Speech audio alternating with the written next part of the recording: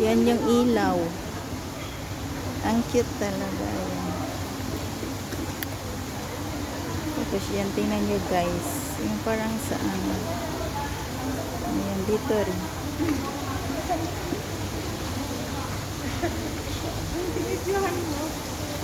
Tapos dito yung saan. Yan, yung sa yung si Jesus dito na ano. Was born ganon. Ayan. Ganda ng mga yung pinasiga. Yung kulay dilaw guys, yan yung ilaw. Ganda ng pagka-design talaga.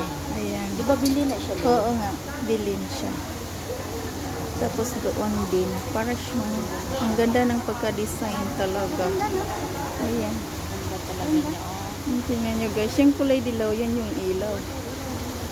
Tingnan nyo, ang ganda. Para siyang,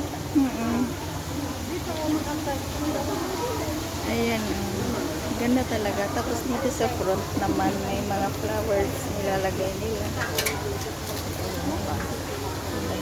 Yeah, nice talaga. Ito yung stars. Ganda, nice talaga yung pagkagawa. Tapos dito, ayan.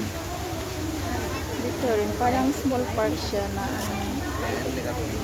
yung mga design din. Mga ilaw-ilaw na maliliit. Ayan. Ganda talaga. Tapos dito yung views inside church yan. Kaya lang yung mga lights, hindi pa yun yung umilang. Mamayang gabi pa, ang ganda talaga ng mga Christmas decor dito. Kasi maraming mga nakabitin na mga Christmas lights. Ayan. Ayan, ang ganda talaga. Kasi Mama Mary yung ano ni Mama Mary. Ayan. Kasi inoon yung lights sa ano ni Mama Mary. Yung corona niya. Ayan. Tapos yung Christmas tree. Ayan.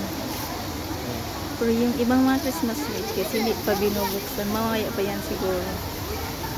Pero nice talaga yung mga pagkagawa nila. Thank you for watching. Good day.